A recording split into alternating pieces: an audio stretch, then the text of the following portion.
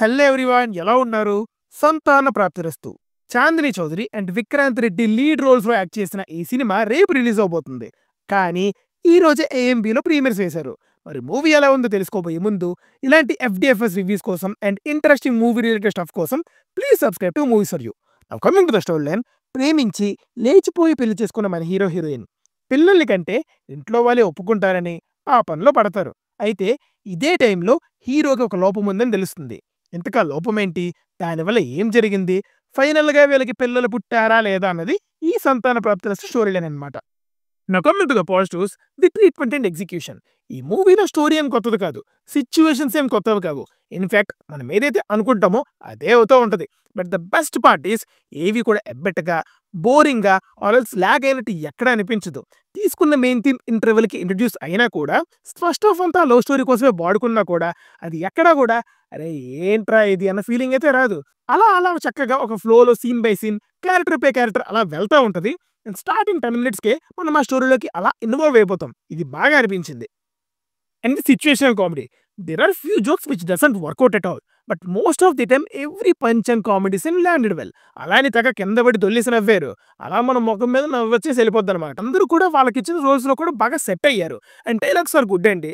Situation తగ్గట్టు, ఎమోషన్కి తగ్గట్టు బాగా రాసుకున్నారు. అవి ఆ సీన్స్ కి బాగా ఇన్కార్పొరేట్ చేసుకున్నారు.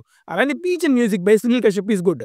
సాంగ్స్ అన్ని సిచ్యువేషన్ తగ్గట్టు ఉన్నాయి, అవి బాగున్నాయి కూడా. అండ్ బీజిఎంతో మూవీలోని ఎమోషన్ ని కన్వే అయ్యేలా చేశారు. Cinematography is good.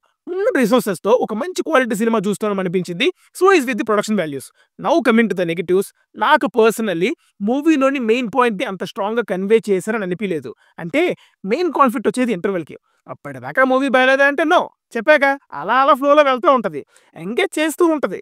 కానీ ఎంచుకున్న కాన్ఫ్లిక్ట్ బాగున్నా ఆ సీన్స్ వచ్చినప్పుడు ఒరే ఇది మనకి జరిగితే ఏంట్రా మన పరిస్థితి అని అనిపించినా కూడా ఆ తర్వాత వచ్చే సీన్స్ వల్ల ఈ ఎమోషన్ డైల్యూట్ అయిపోతుంది. దీనివల్ల అంత ఇంపాక్ట్ అయితే క్రియేట్ అవ్వలేదు. ఇంకోటి ఏంటంటే ఎమోషన్స్. డైరెక్టర్ ఈ మూవీని ఒక లైటర్ టోన్ లోనే చెప్దామని ఫిక్స్ అయ్యారు.